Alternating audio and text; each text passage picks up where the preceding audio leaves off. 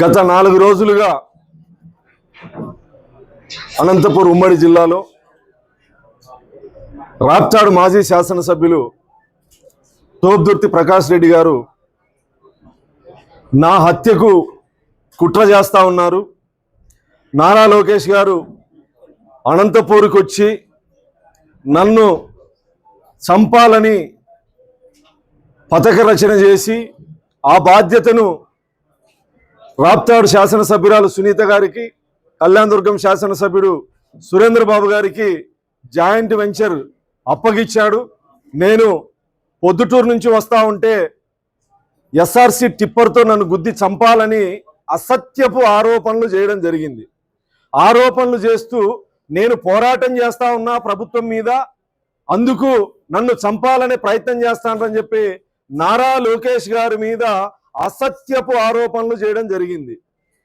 నా టార్గెట్ నారా లోకేష్, నీ కథ చూస్తా అని స్థాయిని మరిచి కేవలం ఉనికి కోసం వైఎస్ఆర్ కాంగ్రెస్ పార్టీలో ఉనికిని కోల్పోయి ఫ్రస్ట్రేషన్లో ఉన్నటువంటి ఒక వ్యక్తి కేవలం నారా లోకేష్ గారిని మాట్లాడితే లేదా గౌరవ ముఖ్యమంత్రి గారిని మాట్లాడితే ఉనికిలో ఉంటాను, వైఎస్ఆర్ కాంగ్రెస్ పార్టీ గుర్తిస్తుంది అనేటువంటి భ్రమల్లో నారా లోకేష్ గారి మీద, శాసనసభ్యుల మీద అసత్యపు ఆరోపణలు చేయడం జరిగింది. సత్యసాయి జిల్లా తెలుగుదేశం పార్టీ అధ్యక్షుడిగా మా యువనేత నారా లోకేష్ గారి మీద అసత్యపు ఆరోపణలు చేస్తే ఖండించాల్సినటువంటి బాధ్యత, తిరుగుబాటు చేయాల్సినటువంటి బాధ్యత, మాట్లాడాల్సినటువంటి బాధ్యత ఒక పార్టీ జిల్లా అధ్యక్షుడిగా నాకుంది. గౌరవ నా శాసనసభ్యుల మీద మాట్లాడినప్పుడు, మా యువనేత నారా లోకేష్ గారి మీద మాట్లాడినప్పుడు నువ్వు ఇష్టానుసారం మాట్లాడితే నీలాంటి వాడిని చంపాల్సినటువంటి అవసరం, దౌర్భాగ్యం నారా లోకేష్ గారికి ఎందుకు ఉంటుందని చెప్పి చెప్పడం జరిగింది. మరుసటి రోజు ప్రెస్ మీట్ పెట్టి ఎంఎస్ రాజు 3 నెలల్లో ఎమ్మెల్యే అయిన 3 నెలలకి 7 కోట్ల విల్లా కొన్నాడు అని చెప్పేసి మాట్లాడడం జరిగింది. మడకశిరలో నేనున్నటువంటి పార్టీ స్థలం ఏదైతే ఉందో, నా క్యాంప్ ఆఫీస్ స్థలం ఏదైతే ఉందో అది నా సొంతం అని మాట్లాడడం జరిగింది. నాకు బెంగళూరులో ఆస్తులు ఉన్నాయని చెప్పి మాట్లాడడం జరిగింది. నేను ఉన్నటువంటి ఈ నివాసం నా సొంతం అని చెప్పేసి మాట్లాడడం జరిగింది. ఇలా అసత్యపు ఆరోపణలు చేస్తూ ఇంకా నా కులాన్ని కించపరిచే విధంగా నన్ను చెప్పుల షాపులో పనిచేసేటువంటి వ్యక్తి ఈ స్థాయికి వచ్చాడని మాట్లాడుతుంది.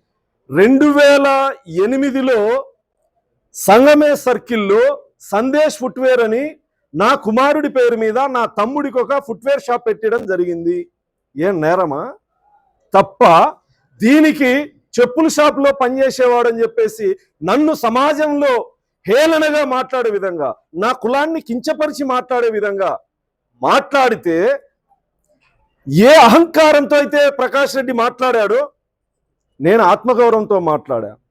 అంటే నీకు నోరుంది కదా అని చెప్పి ఇష్టానుసారం మాట్లాడితే మౌనంగా భరించాలనా?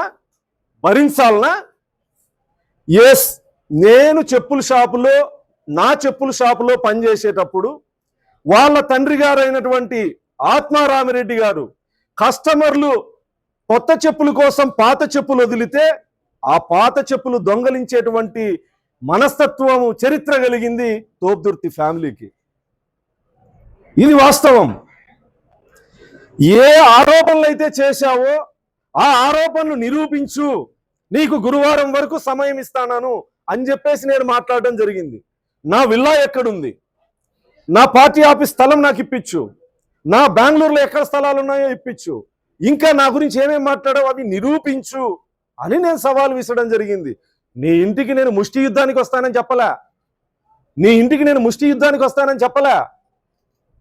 దీన్ని నువ్వు నోరు పారేసుకొని నేను నా ఆత్మగౌరవం కోసం నేను మాట్లాడితే ఒక సామాజిక వర్గాన్ని కించపరిచే విధంగా మాట్లాడాడని చెప్పేసి మళ్ళీ నీ కుటుంబ సభ్యులు నువ్వు మాట్లాడుతా ఉన్నావు.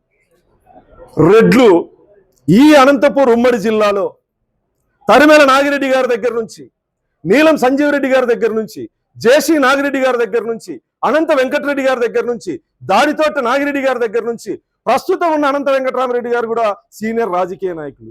ఏ రోజు మధ్యలో ఉప్పు చూసి కుళ్ళుకోలే. ఏ రోజు వాళ్ళు మా మీద పడి ఏడవలేదే. జిల్లా అభివృద్ధి మీద వాళ్ళు ఇప్పటికీ వాళ్ళ ముద్ర ఉంది. మా పల్లె రఘునాథ్ రెడ్డి గారు, ఎంతో మంది రెడ్లు రాజకీయాల్లో హుందాతనంగా ఉన్నారు. నీలాగా చిల్లర రాజకీయాలు, ఉనికి కోసం అసత్యాలు అబద్ధాలు ఏ రెడ్డి శాసనసభ్యులు మాట్లాడలేదే. నువ్వు మాట్లాడిన అసత్యపు ఆరోపణలు నేను తిప్పికొట్టా. నా యువనేతకు నిన్ను హత్య చేయాల్సినటువంటి కర్మ లేదు అని చెప్పి మాట్లాడడం జరిగింది. దానికి నువ్వు రాజకీయంగా ఎదుర్కో. నా కులాన్ని హేళన చేస్తావు, నాకు ఆస్తులు ఉన్నాయంటావు, నా పరువుకు భంగం కలిగే విధంగా మాట్లాడతావు, హేళనగా మాట్లాడతావు. నేను భూస్వామిని, నాకు ఆస్తులు ఉంటాయి అని మాట్లాడే నీ అగ్రకుల దురహంకారం ముందు నేను ఆత్మగౌరవ పోరాటం చేస్తే నీ కులం నీకు అండగా రావాలనా? రెడ్లు ఏకం కావాలనిస్తావా? రెడ్డి సామాజిక వర్గం గురించి నేను మాట్లాడలేదే, మాట్లాడను కూడా. నా ఎదుగుదలలో నాకు రెడ్డి మిత్రులు ఉన్నారు, నా ఎన్నికల్లో నాకు సపోర్ట్ చేసిన రెడ్డి మిత్రులు ఉన్నారు, ఇప్పటికీ రెడ్డి మిత్రులు ఉన్నారు. ఈ రోజు నీ మీద నువ్వు చేసిన దుర్మార్గాలు కూడా నా రెడ్డి మిత్రులే పంపించారు.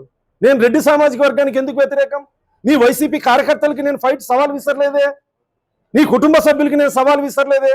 నువ్వు అసత్యపు ఆరోపణలు చేశావు, నువ్వు అబద్ధాలు మాట్లాడావు, నన్ను సమాజంలో నా పరువుకి ఆత్మగౌరవానికి భంగం కలిగే విధంగా మాట్లాడింది నువ్వు. నేను రౌడీజం చేసేకి రాలేదే. సమాధానం చెప్పమని చెప్పా. నీకు చేతనైతే సమాధానం చెప్పు, లేదా మౌనంగా ఉండు. అంతేగాని బీరు బాటిళ్ళు రాళ్ళు ఇంట్లో పెట్టుకొని రెడ్ల గురించి మాట్లాడుతూ ఉన్నాడు. నీ నియోజకవర్గంలో నీకు పనిచేసి ఆస్తులు పోగొట్టుకున్నటువంటి రెడ్ల సంఖ్య ఎంత? అప్పుల పాలైనటువంటి రెడ్ల సంఖ్య ఎంత? ఎంతమందికి బ్రెయిన్ స్ట్రోక్ వచ్చింది నీ ప్రభుత్వంలో నిన్ను నమ్మి పనిచేస్తే? ఎంతమందికి హార్ట్ స్ట్రోక్ వచ్చింది రెడ్లకి? కేవలం రెడ్డి సామాజిక వర్గానికే. పెరాలసిస్ ఎంతమందికి అటాక్ అయింది? నీకోసం ఆస్తులు పోగొట్టుకొని అప్పులు చేసి అప్పుల పాలై కుటుంబంలో మానసిక సంఘర్షణ అనుభవిస్తున్నటువంటి రెడ్ల సంఖ్య ఎంత? పరామర్శించావా ఏ రోజన్నా? ఈ రోజు రాజకీయంగా నీ ఉనికి ప్రమాదంలో పడితే రెడ్డి సామాజిక వర్గాన్ని బ్రతిమలాడుకునేదానికి నన్ను విలన్ని చేస్తావా? నేను ఏ రెడ్డి సామాజిక వర్గ వ్యక్తిని నేను కించపరచలేదు. ఈరోజు ప్రకాష్ రెడ్డి అని మాట్లాడితే నా రెడ్డి సామాజిక వర్గం ఫీల్ అవుతుంది అనుకుంటే ఈ రోజు నుంచి ప్రకాష్ అనే పిలుస్తాను. నిన్ను ప్రకాష్ రెడ్డి అని పిలిచి నిన్ను రెడ్డి అంటే రెడ్ల ఆత్మగౌరవం దెబ్బతింటుందనే భావన వాళ్ళలో కలిగితే ఈ రోజు నుంచి నిన్ను ప్రకాష్ అనే పిలుస్తా. నన్ను అక్రమ ఆస్తులు అని మాట్లాడుతా ఉన్నావు. రా నా నియోజకవర్గంలోకి రా, నా పరిపాలన మీద విచారించు. ఎక్కడైనా నీ నియోజకవర్గంలో నీ 5 ఏళ్ల పరిపాలనలో నువ్వు చేసినటువంటి దందాలు, అక్రమాలు, బెదిరింపులు, భూ కబ్జాలు నేను చేశానేమో అడుగు వచ్చి ఒకసారి.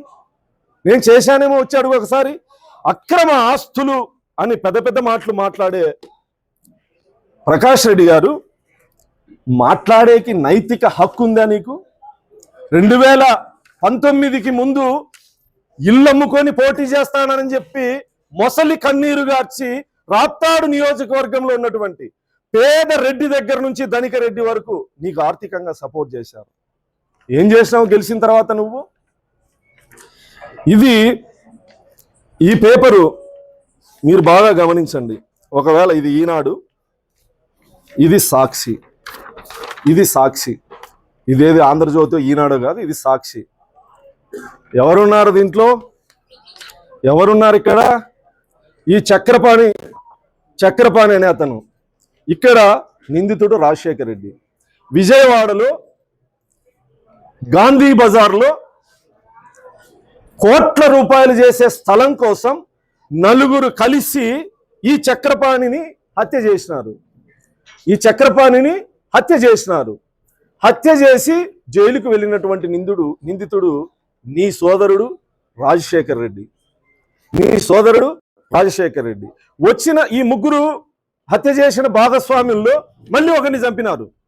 ఒకరిని చంపి ఈరోజు నువ్వు ఇక్కడ ఇంటి బాడిగా కట్టలేదు అని చెప్పి నేను మాట్లాడుతూ ఉంటే, విజయవాడ నడిబొడ్డున కోట్ల రూపాయలు విలువ చేసే ఈ భవనం రక్తపు కూడు కాదా? బ్రాహ్మణులో వైశ్యాసో చంపి కుటుంబానికి వచ్చిన తర్వాత బెదిరించి రాయించుకున్న ఆస్తి కాదా? దీని ఖరీదెంత? ఇది మీకు సంబంధం లేదా? ఇది సాక్షి పేపర్ కాదా? ఇది సాక్షి పేపర్ కాదా? ఇది సాక్షి పేపర్ కాదా? రాసింది హత్యలు, దౌర్జన్యాలు, దుర్మార్గులు, బెదిరింపులు, భూ కబ్జాలు చేసే నీచ సంస్కృతి కలిగిన మీరు నన్ను మాట్లాడతారా? మీరు నన్ను మాట్లాడతారా? ఇవే కాదు, అమ్మ డైరీ అని చెప్పేసి ఒక డైరీ పెట్టి నువ్వు మోసం చేసిన మహిళలు ఎవరు? అత్యధిక శాతం రెడ్డి మహిళలు. అత్యధిక శాతం కాదు, మొత్తం వైసీపీ సానుభూతి పరులు. దాదాపు 6 కోట్ల రూపాయలు వాళ్ళ దగ్గర నుంచి నువ్వు సమీకరించి దాని ద్వారా షూరిటీ వేయించుకొని లోను తీసుకొని వాల్మీకుల భూముల్ని తక్కువ రేటుకి బెదిరించి వాల్మీకుల భూముల్ని నువ్వు కాజేయలేదా? ఈరోజు దానిలో ఖరీదెంత? దానిలో ఖరీదెంత? 100 కోట్లు కాదా? బాగేపల్లి దగ్గర నువ్వు నీ మిత్రుడు కలిసి వేసేటువంటి వెంచర్ ఖరీదెంత? ఆదర్శ్ నగర్లో 1.5 ఎకరా ఎంత విలువ చేస్తుంది? లోధాలో విల్లాస్ లో నీ అన్న చంద్రశేఖర్ రెడ్డి ఉండడం లేదా? దాని ఖరీదెంత? మై హోమ్ లో కన్స్ట్రక్షన్ లో ఉన్న విల్లా ఎవరివి? 2019లో ఇల్లు లేదని చెప్పి నంగనాచి కబుర్లు చెప్పి వైసీపీ రెడ్ల దగ్గర డబ్బులు తీసుకున్న వాళ్ళందరినీ మోసం చేసి ఈ రోజు ఈ అక్రమ ఆస్తులు ఎక్కడి నుంచి వచ్చినాయి? ఈ అక్రమ ఆస్తులు ఎక్కడి నుంచి వచ్చినాయి? విజయవాడ నగరంలో నడి బొడ్డులు ఉన్నటువంటి ఈ ఖరీదైన బిల్డింగ్ కు నీకు సంబంధం లేదా? లేదని చెప్పగలరా? ఈరోజు నా గురించి మాట్లాడే ముందు వీటన్నిటి మీద చర్చిద్దామా? ఈరోజు నీ ఆస్తుల ఖరీదెంత? నా ఆస్తుల ఖరీదెంత? నేను ఒక కురవ సామాజిక వర్గానికి సంబంధించిన సోదరుడు. గత 5 సంవత్సరాలుగా పాపం వైసీపీ సానుభూతి పరుడు. మా ఎమ్మెల్యే క్యాండిడేట్ ఇల్లు అమ్ముకున్నాడు అని చెప్పి కొత్త ఇల్లు కట్టుకున్న ఇల్లు మీకు ఇస్తే 7 సంవత్సరాలు నరకం చూపించారు. 7 సంవత్సరాలు నరకం చూపించారు. ఇంటి రెంట్ కట్టయ్యా, రాజకీయాలు మళ్ళీ చేస్తూ అన్న దానికి ఒకవైపు వాళ్ళని బెదిరిస్తావు, నా మీద అటాక్ వస్తావు. రాజు బాగా గుర్తించినాడు నన్ను. ఇంటి బాడిగా కూడా కట్టుకోలేని పరిస్థితిలో ఉన్నారంటే దీని ఖరీదు పాపం అతి తక్కువలో తక్కువ 100 కోట్లు. అతి తక్కువలో తక్కువ గాంధీ బజార్ హోటల్ ఐలాపురం దగ్గర రైల్వే స్టేషన్ ఎదురుగా ఈ రక్తపు కూడు విలువ జస్ట్ 100 కోట్లు. జస్ట్ 100 కోట్లు. ఇంకా నా పదవుల గురించి, లోకేష్ గారికి బినామీ, ఆయన ఆస్తులు వీడి పేరు మీద పెట్టుకున్నాడు కాబట్టే తెలుగుదేశం పార్టీ జిల్లా అధ్యక్షుడు, శాసనసభ్యుడు, టిటిడి బోర్డు మెంబరు, తర్వాత ఎస్సీసీఎల్ రాష్ట్ర అధ్యక్షుడు 4 పదవులు ఉన్నాయని హేళనగా మాట్లాడడం జరిగింది. 4 పదవులు గౌరవ ముఖ్యమంత్రి చంద్రబాబు నాయుడు గారు, మా జాతీయ పార్టీ అధ్యక్షుడు చంద్రబాబు నాయుడు గారు దళితుల్లో మాలా మాదిగలకు ఇచ్చేటువంటి గుర్తింపు. ఈరోజు అనిత గారు ఒక మాదిగ సామాజిక వర్గానికి సంబంధించిన వ్యక్తి, తెలుగు మహిళా అధ్యక్షురాలు, పొలిట్ బ్యూరో, ఎమ్మెల్యే, హోంమంత్రి. మా స్వామి గారు మాల సామాజిక వర్గం, ఎమ్మెల్యే, సోషల్ వెల్ఫేర్ మినిస్టర్, రాష్ట్ర ప్రధాన కార్యదర్శి. మా సునీల్ అన్న మాల సామాజిక వర్గం, ఎమ్మెల్యే, రాష్ట్ర ప్రధాన కార్యదర్శి, అదేవిధంగా కోర్ కమిటీలో సభ్యుడు. మా వెంకటరాజు మాదిగ సామాజిక వర్గం, ఎమ్మెల్యే, జోనల్ ఇన్ఛార్జ్, అదేవిధంగా మా సౌమ్య విప్పు, ఎమ్మెల్యే, రాష్ట్ర ప్రధాన కార్యదర్శి. మాలా మాదిగలకు మా పార్టీ, మా అధినేత చంద్రబాబు నాయుడు గారు ఇచ్చేటువంటి అవకాశాలు, మాలా మాదిగలకు మా లోకేష్ గారు ఇచ్చేటువంటి అవకాశాలు, నీ పార్టీలో నీకు పదవులు రాకపోతే కేవలం ఒక దళితునికి 4 పదవులని ఎంత హేళనగా మాట్లాడావు ప్రకాష్ రెడ్డి. రెడ్డి అనకూడదు పాపం, నా రెడ్డి సామాజిక వర్గం ఫీల్ అవుతుంది. ప్రకాష్, వాడు వీడు తేల్చుకుందామని చెప్పావు. నేను చెప్తా అన్నా నీకు నాకు మధ్య యుద్ధం. ఇది జీవితకాలం. రాజకీయంగా అయినా సరే, దేనితోనైనా సరే, జీవితకాలం నా కంఠంలో ప్రాణం ఉన్నంత వరకు నిన్ను వేటాడతా, నిన్ను 100% వేటాడతా. లేని ఆరోపణలు చేసి సమాజంలో నా గౌరవానికి భంగం కలిగించిన నిన్ను, నా ఆత్మగౌరవానికి దెబ్బ కొట్టిన నిన్ను వదిలిపెట్టే ప్రసక్తే లేదు. నీ అక్రమ ఆస్తుల దగ్గర నేనుంటా. నువ్వు చేసే రాజకీయ పోరాటం ఎలా చేస్తావో నేను చూస్తా. ఇంత నీచ చరిత్ర కలిగిన నువ్వు నా గురించి మాట్లాడతావా? దాదాపు 25 సంవత్సరాల నుంచి ఎటువంటి బ్యాక్గ్రౌండ్ లేకుండా, మా తాతలు ఎమ్మెల్యేనో మా నాన్న ఎమ్మెల్యేనో కాదు, ఒక సామాన్య కుటుంబం నుంచి వచ్చి కష్టపడి ఈ స్థాయికి వచ్చా గౌరవ ముఖ్యమంత్రి చంద్రబాబు నాయుడు గారి ఆశీస్సులు, నారా లోకేష్ గారి ఆశీస్సులు, తెలుగుదేశం పార్టీ కార్యకర్తలు నాయకుల ఆశీస్సులతో 4 పదవులు అని చెప్పేసి నువ్వు 4 పదవులు అని చెప్పి మాట్లాడుతున్నావు. నేను గర్వంగా చెప్పుకునే 5వ పదవి ఉంది. ఇప్పుడున్న పదవులు కాల పరిమితి అయితే ఉండొచ్చు, పోవచ్చు. తెలుగుదేశం పార్టీ కార్యకర్తని, పసుపు సైనికుణ్ణి, ప్రాణం ఉన్నంత వరకు పసుపు జెండాను మోసేటువంటి సైనికుణ్ణి గర్వంగా చెప్తా. ఇది నా మొదటి పదవి, 5వ పదవి. నేను గర్వంగా చెప్పగలను. ప్రకాష్, ఈరోజు ఇద్దరు రోడ్డు మీదకి వచ్చినారు. ఇద్దరు, ప్రకాష్ రెడ్డి, ఇంకొక ఆయన, పేరెందుకు చెప్పాలి, పక్కకి వెళ్ళి ఆడుకోమని చెప్దాం అనుకున్నా. వీళ్ళిద్దరికి ఒకే సారూప్యం ఉంది. ఒకరు రెడ్డి సోదరుడి ఇంట్లో ఉండి ఇండ్లు ఖాళీ చేయకుండా బాడిగకి ఉన్నటువంటి వ్యక్తి, ఇంకొక అతను కురవ సోదరుడి ఇంట్లో ఉండి బాడిగీకోకుండా ఇల్లు ఖాళీ చేయనటువంటి వ్యక్తి. ఈరోజు వీళ్ళిద్దరు కలిసి పోరాటం చేస్తాండ్రు. ఇద్దరు కలిసి ఒకే చోటే ఉన్నారు అనుకుంటా. ఎవరెక్కువ రోజులు బాడిగీయకుండా ఉన్నామో అని చెప్పి సిగ్గుందా అసలు? ప్రజాప్రతినిధులుగా ఉండి రాజకీయాల్లో ఆదర్శంగా సమాజంలో ఉండాల్సినటువంటి మనం ఇంటి నమ్మి ఇల్లు బాడిగలకు ఇస్తే బాడిగలు కట్టకుండా, మున్సిపాలిటీకి డబ్బులు కట్టకుండా ఆ ఓనర్లని చుక్కలు చూపించిన మీరు ఇద్దరు వచ్చి పోరాటం చేస్తా అంటే సిగ్గనిపిలేదా అసలు? సిగ్గనిపిలేదా మీకు అసలు? ప్రకాష్ రెడ్డి, నీ కుటుంబ చరిత్ర, మీ అన్నది ఇంకో చరిత్ర ఉంది. 800 రూపాయల కోసం లారీ డ్రైవర్తో తన్నలు తిన్నటువంటి నీ సోదరుడి చరిత్ర. 800 కోసం ప్రకాష్ సోదరుడు లారీ డ్రైవర్తో చెప్పు దెబ్బలు తిన్నాడు. ఇది తెలుసో తెలీదో మీ అందరికీ? తెలుసో తెలీదో? ప్రకాష్, నేను ఈ సందర్భంగా మాట్లాడుతా ఉన్నా.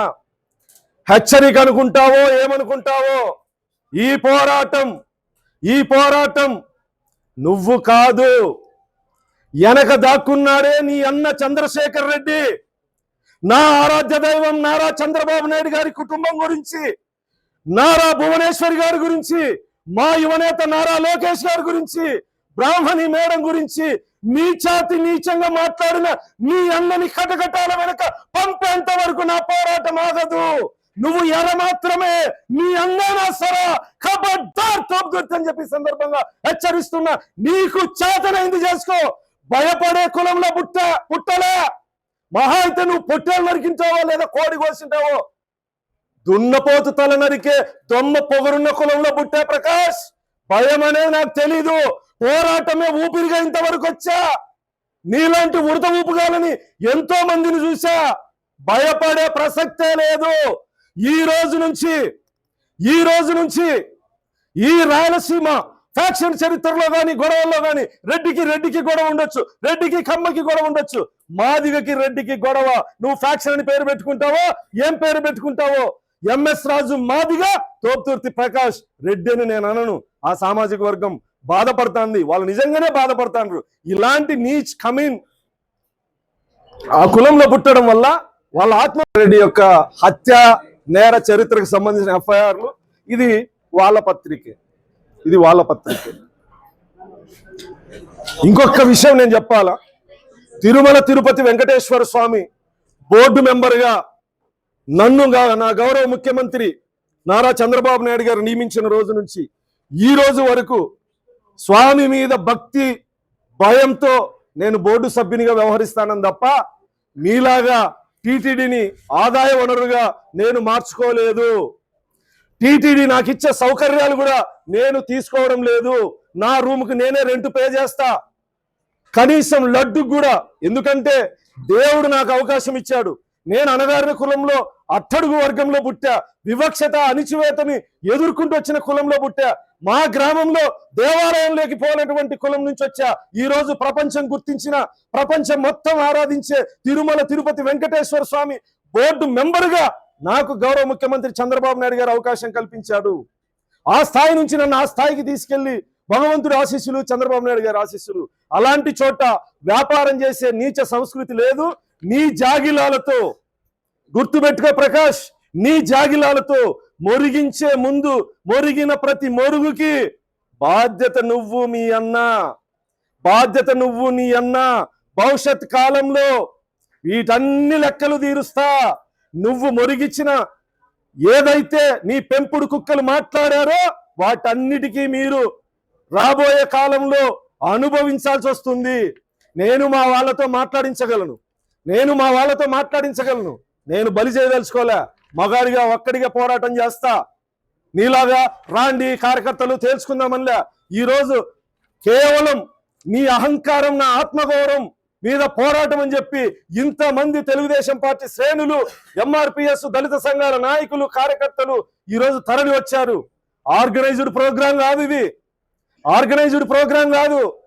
నీ పెత్తనం, నా ఆత్మగౌరవం మీద జరిగే యుద్ధంలో భాగస్వామ్యం అయ్యేందుకు కేవలం అభిమానంతో వచ్చినటువంటి నా తెలుగుదేశం పార్టీ కార్యకర్తలు, నాయకులు, కుల సంఘాల నాయకులు, కార్యకర్తలు తప్ప నీలాగా అడుక్కోలే వీడియోలు పెట్టి, అడుక్కోలే ఫోన్లు చేసి రాండి రాండి రాండి అని. నువ్వు నిజంగా ఇంకో విషయం మర్చిపోయినా, నువ్వు ఏదైతే ఇల్లు తీసుకున్నావో, నువ్వు ఏదైతే ఇంట్లో 5 సంవత్సరాల నుంచి 7 సంవత్సరాల నుంచి వాళ్ళని హింస పెడతాన్నావో ఆ కురవ సోదరుడికి విముక్తి కల్పించా. నువ్వు నా ఆస్తుల కోసం ప్రపంచం అంతా తిరగాల్సిన అవసరం లే. నువ్వు ఉన్నటువంటి నివాసాన్ని కొనుగోలు చేశా. నేను మాదిగని, నాకు మానవత్వం ఉంది. నిన్ను ఇమ్మీడియట్లీ ఖాళీ చేయి అని చెప్పి అడగను. నేను ఖాళీ చేయని అడగను. 15 రోజుల్లో రిజిస్ట్రేషను. నిన్ను ఖాళీ చేయమని అడగను. నేను మాదిగని, నాకు మానవత్వం ఉంది. నీకు రెడ్డి పౌరుషం ఉందో లేదో నాకు తెలీదు, భవిష్యత్ రోజుల్లో తెలుస్తుంది.